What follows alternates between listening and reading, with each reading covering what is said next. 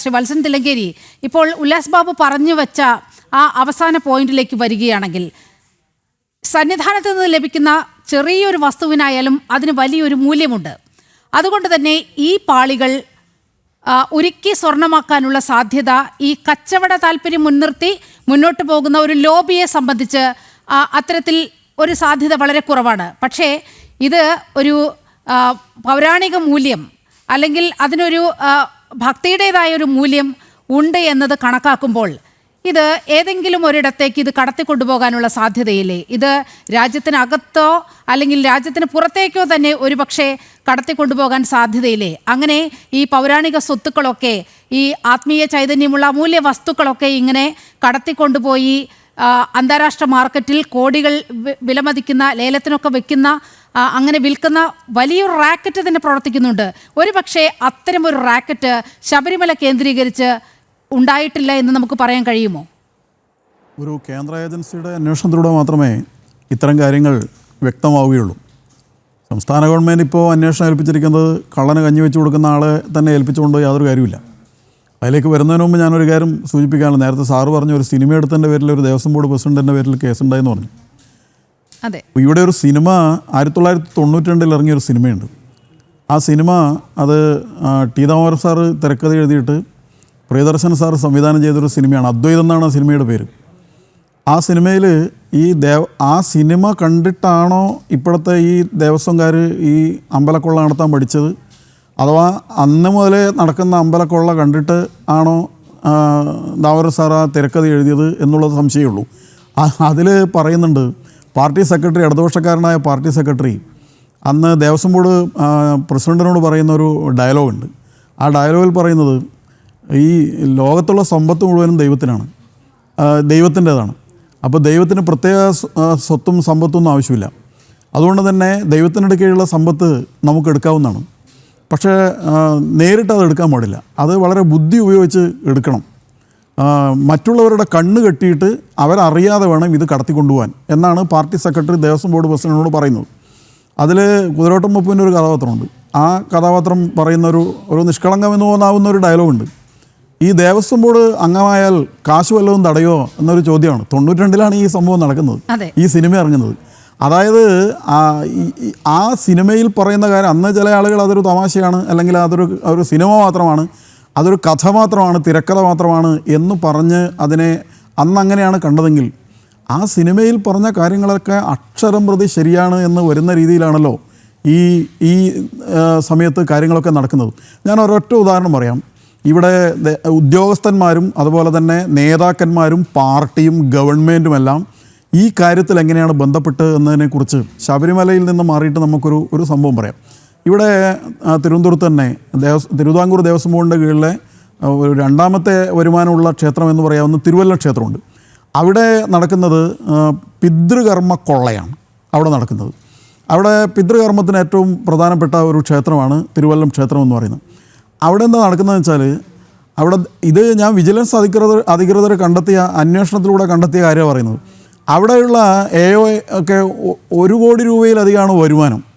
അപ്പോൾ ഈ ഇത്രയും വരുമാനം എങ്ങനെയാണ് ഉണ്ടാകുന്നത് എന്നുള്ളതിനെക്കുറിച്ച് അന്വേഷണം എത്തിയതെന്താണ്, അവിടെ നോക്കുമ്പോൾ അവിടെ 100 രൂപയാണ് അവിടെ ഒരു പിതൃകർമ്മം ചെയ്യാൻ വേണ്ടിയിട്ട് റെസീറ്റാക്കുന്നത്.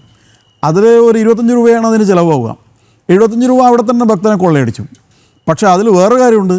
ഈ ദേവസ്വത്തിൻ്റെ വകയിൽ മേടിക്കുന്ന സാധനം അത് തമിഴ്നാട്ടിൽ നിന്നും മറ്റ് സ്ഥലങ്ങളിൽ നിന്ന് വരുന്ന പാവപ്പെട്ട ഭക്തന്മാരെ കൊണ്ട് ഈ സാധനങ്ങൾ മുഴുവൻ അവിടെ സ്പോൺസർ ചെയ്യിക്കും.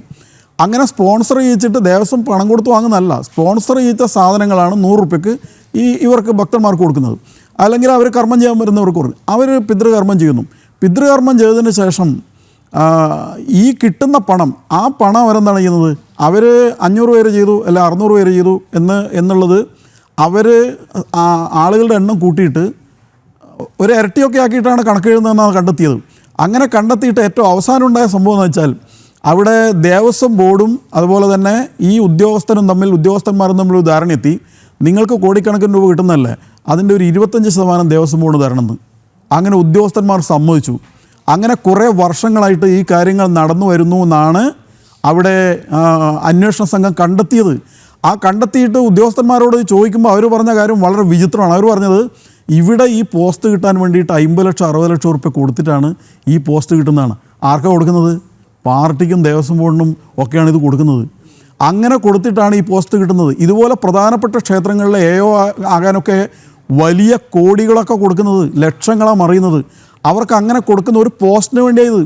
ആ പൈസ അവർക്ക് ഉണ്ടാക്കണമെങ്കിൽ അവർ കൊള്ളയടിക്കണം.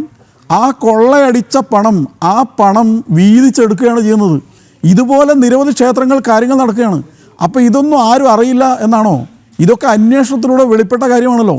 ഇപ്പോൾ വളരെ പ്രധാനപ്പെട്ട പല ക്ഷേത്രങ്ങൾ, തിരുവിതാംകൂർ ദേവസ്വം ബോർഡിൻ്റെ കീഴിലെ ക്ഷേത്രങ്ങൾ മാത്രമല്ല, കൊച്ചിൻ ദേവസ്വം ബോർഡിൻ്റെ കീഴിലെ പൂർണ്ണത്രയീശ്വര ക്ഷേത്രത്തിൽ നടന്ന കൊള്ള, അതിനെക്കുറിച്ച് അന്വേഷണം നടന്നല്ലോ. അന്വേഷണം എവിടെയാണ് എത്തിയത്? ദേവസ്വം മന്ത്രിയായിരുന്ന രാധാകൃഷ്ണൻ മിനിസ്റ്ററുടെ ചേലക്കര ക്ഷേത്രത്തിൽ അവിടെ നടന്ന കൊള്ളയുണ്ടല്ലോ. ആ അന്വേഷണം എവിടെയാണ് എത്തിയത്? ഗുരുവായൂർ ക്ഷേത്രം, ഗുരുവായൂർ ദേവസ്വത്തിൻ്റെ കീഴിൽ മറ്റൊരു ദേവസ്വമാണ് ഗുരുവായൂർ ദേവസ്വം. ആ ഗുരുവായൂർ ദേവസ്വത്തിലെ സ്വർണ്ണക്കൊടി ഒരു കുടയുണ്ട്. ആ സ്വർണ്ണക്കുടയുടെ കാല് കാണാനില്ല. അവിടെ ഒരു വെള്ളിക്കുടമുണ്ട്. ആ വെള്ളിക്കുട 10 മാസം കൊണ്ട് അതിൻ്റെ തൂക്കം ഗണ്യമായി കുറഞ്ഞിരിക്കുകയാണ്. അങ്ങനെ ഓരോരോ ക്ഷേത്രങ്ങൾ എടുത്ത് പരിശോധിച്ചാലും ഈ നിലയിലുള്ള കൊള്ള തന്നെയാണ് നടക്കുന്നത് എന്നുള്ളത് വ്യക്തമാണ്. നമ്മളിപ്പോൾ ശബരിമല ഉൾപ്പെടെ കേരളത്തിലെ ദേവസ്വം ബോർഡ് ഭരിക്കുന്ന മുഴുവൻ ക്ഷേത്രങ്ങളിലും നടക്കുന്ന ഈ കൊള്ള, ആ കൊള്ളയെക്കുറിച്ച് വസ്തുനിഷ്ഠമായ സത്യസന്ധമായ ഒരു അന്വേഷണം ഇവരെ എല്ലാവരെയും മാറ്റി നിർത്തിയിട്ട് കോടതി തന്നെ, ബഹുമാനപ്പെട്ട കോടതി തന്നെ ഇടപെട്ട് ഈ കള്ളന്മാരെ മുഴുവനും മാറ്റി നിർത്തിയിട്ട് വസ്തുനിഷ്ഠമായ ഒരു അന്വേഷണം നടക്കേണ്ടതുണ്ട്. ഈ ദേവസ്വം സൂക്ഷിച്ചിട്ടുള്ള സ്വത്തുവകൾ, സ്വർണം ഉൾപ്പെടെയുള്ള കാര്യങ്ങൾ, ആ കാര്യങ്ങളൊക്കെ അവിടെ ഉണ്ടോ, അവിടെ കണക്കുണ്ടോ, എന്താണ് സ്ഥിതി എന്നുള്ളതിനെക്കുറിച്ച് കൃത്യമായ ഒരു അന്വേഷണം നടക്കേണ്ടത് വളരെ വളരെ അത്യാവശ്യമാണ്. ഇപ്പോൾ നേരത്തെ തന്നെ ഇവർ പറഞ്ഞിരുന്നത് എന്താണ്? ഇപ്പോൾ മുഖ്യമന്ത്രി തന്നെ അന്ന് പ്രസംഗത്തിൽ പറയുണ്ടായി, നാട്ടുകാർക്ക് നടത്താൻ പറ്റാത്തതുകൊണ്ട് ദേവസ്വം ബോർഡിനെ ഏൽപ്പിച്ച ക്ഷേത്രങ്ങളാണ് ഭംഗിയായി ദേവസ്വം ബോർഡ് നടത്തുന്നത് അദ്ദേഹം മേനി പറയുണ്ടായി. പക്ഷേ ദേവസ്വം ബോർഡ് പ്രസിഡന്റ് പറയുന്നത് എന്താണെന്നോ? ദേവസ്വം ബോർഡ് പ്രസിഡന്റ് പറയുന്നത് ശബരിമലയിലെയും 2-3 ക്ഷേത്രങ്ങളിലെയും വരുമാനം കൊണ്ടാണ് 1250 ക്ഷേത്രങ്ങളിലെ ആ കാര്യങ്ങൾ നടന്നു പോകുന്നതെന്ന്, അവയൊക്കെ നഷ്ടത്തിലാണെന്ന്, അതൊന്നും നേരാവണ്ണം നടക്കുന്നില്ലെന്ന്. ഒരു കാര്യം മാത്രമാണ് ഈ സമയത്ത് പറയാനുള്ളത്, ഭക്തജനങ്ങൾക്ക് വേണ്ടി പറയാനുള്ളത്, വിശ്വാസികൾക്ക് വേണ്ടി പറയാനുള്ളത്, നിങ്ങൾക്ക് നടത്താൻ പറ്റില്ലെങ്കിൽ നിങ്ങൾ നഷ്ടത്തിലാക്കിയ ആ ക്ഷേത്രങ്ങൾ അതാത് നാട്ടിലെ ഭക്തജനങ്ങളെന്ന് ഏൽപ്പിക്കും. 3 കൊല്ലം കൊണ്ട് നിങ്ങൾ വരുമാനമില്ല എന്ന് പറയുന്ന ക്ഷേത്രങ്ങൾ, നിങ്ങൾ നഷ്ടത്തിലാണെന്ന് പറയുന്ന ക്ഷേത്രങ്ങൾ, ഭക്തജനങ്ങൾ ഒരു നഷ്ടവും ഇല്ലാതെ വരുമാനം, ലാഭം, നിങ്ങളുടെ ഭാഷയിൽ പറഞ്ഞാൽ ലാഭത്തിലാക്കിയിട്ട് ഭക്തജനങ്ങൾ കാണിച്ചു തരാം. നിങ്ങൾ വലിയ ത്യാഗവും സഹിക്കണ്ട. നിങ്ങൾ ഭക്തജനങ്ങൾ ഇത് നടത്തിയാൽ അഴിമതിയായിരിക്കും, അവർ കട്ടുപോകും, അവർക്ക് നടത്താൻ അറിയില്ല എന്ന് പറഞ്ഞിട്ടാണല്ലോ ഇതെല്ലാം പിടിച്ചെടുക്കുന്നത്. അങ്ങനെ പിടിച്ചെടുത്തിട്ട് ഇതെല്ലാം നഷ്ടത്തിലാകുന്നത് എന്തുകൊണ്ടാണ്? അപ്പോൾ നിങ്ങളുടെ കെടുകാര്യസ്ഥതാണ് ഇത് കാരണം. ഇതിനെല്ലാം കാരണം നിങ്ങളുടെ കെടുകാര്യസ്ഥമാണ്. നിങ്ങൾക്ക് ഭരിക്കാനറിയില്ല, നിങ്ങൾക്ക് വിശ്വാസമില്ല, അതുകൊണ്ട് തന്നെ നിങ്ങൾ അഴിമതി നടത്തുന്നു. അങ്ങനെ ഓരോ ക്ഷേത്രങ്ങളും തകർച്ചയിലേക്ക് നീങ്ങുകയാണ്. അതാത് സ്ഥലത്തെ വിശ്വാസികൾക്ക്, ഭക്തന്മാർക്ക് വിട്ടുകൊടുക്കുകയാണെങ്കിൽ ഭംഗിയായി ആത്മീയ വിശുദ്ധിയോടുകൂടി ഈ ക്ഷേത്രകാര്യങ്ങളുടെ ചിട്ടയോടുകൂടി ആചാരങ്ങൾ ലംഘിക്കാതെ അവിടത്തെ ഭക്തന്മാർ ഭംഗിയായി നടത്തിക്കരും. ഇത് ഉദ്യോഗസ്ഥന്മാരെ ഏൽപ്പിച്ച്, കള്ളന്മാരെ ഏൽപ്പിച്ച് അവിടെയുള്ള ഭക്തന്മാർ സമർപ്പിക്കുന്നതെല്ലാം കട്ടുകൊണ്ടുപോകുന്ന ഒരു സാഹചര്യം ഉണ്ടായാലും. ഒറ്റ കാര്യം കൂടി ഞാൻ പറയുകയാണ്, കഴിഞ്ഞ സ്വാതന്ത്ര്യത്തിന് ശേഷം 47-ന് ശേഷം ഇതുവരെ കേരളത്തിലെ ക്ഷേത്രങ്ങളിൽ നിന്ന് കള്ളന്മാർ മോഷ്ടിച്ചു കൊണ്ടുപോയ സ്വത്തുണ്ടാവുമല്ലോ, സ്വർണ്ണം ഉണ്ടാവുമല്ലോ, മറ്റു കാര്യങ്ങളുണ്ടാവുമല്ലോ, നിരവധി കൊള്ളകൾ ക്ഷേത്രത്തിൽ കള്ളന്മാർ നടത്തിയിട്ടുണ്ടോ, പിടിച്ചു പറഞ്ഞ് നടത്തിയിട്ടുണ്ടല്ലോ. ആ കള്ളന്മാർ കൊണ്ടുപോയതിൻ്റെ 100 ഇരട്ടിയാണ് ഈ കൊള്ളക്കാർ, ഇത് സംരക്ഷിക്കാൻ ഏൽപ്പിച്ച ആളുകൾ കൊണ്ടുപോയതെന്ന് പറയുമ്പോൾ ആ കള്ളന്മാർ നാണിക്കുന്നുണ്ടാവും. ഞങ്ങൾ ഈ തൊഴിൽ ഇത്രയും മോശക്കാരായല്ലോ എന്ന് അവർ ലജ്ജിക്കുന്ന രീതിയിലുള്ള സമർത്ഥമായ കൊള്ളയാണ് സംരക്ഷണം ഏറ്റെടുത്തുകൊണ്ട് സത്യപ്രതിജ്ഞ ചെയ്തുകൊണ്ട് ഇവർ ചെയ്തുകൊണ്ടിരിക്കുന്നതെന്ന് പറഞ്ഞാൽ അയ്യപ്പൻ്റെ ശ്രീകോവിലിൻ്റെ കട്ടിലെ പാളിയിലുള്ള സ്വർണം പോലും ഊരിക്കൊണ്ടുപോകാന്ന് പറഞ്ഞാൽ ഇവർക്ക് എന്ത് ഭക്തിയാണുള്ളത്, എന്ത് വിശ്വാസമുള്ളത്, എന്ത് ഉത്തരവാദിത്തമുള്ളത്, ആരോടാ ഉത്തരവാദിത്തമുള്ളത്? വളരെ പ്രതിഷേധാർഹമായ കാര്യമാണ് ഈ സംസ്ഥാനത്ത് നടന്നുകൊണ്ടിരിക്കുന്നത്.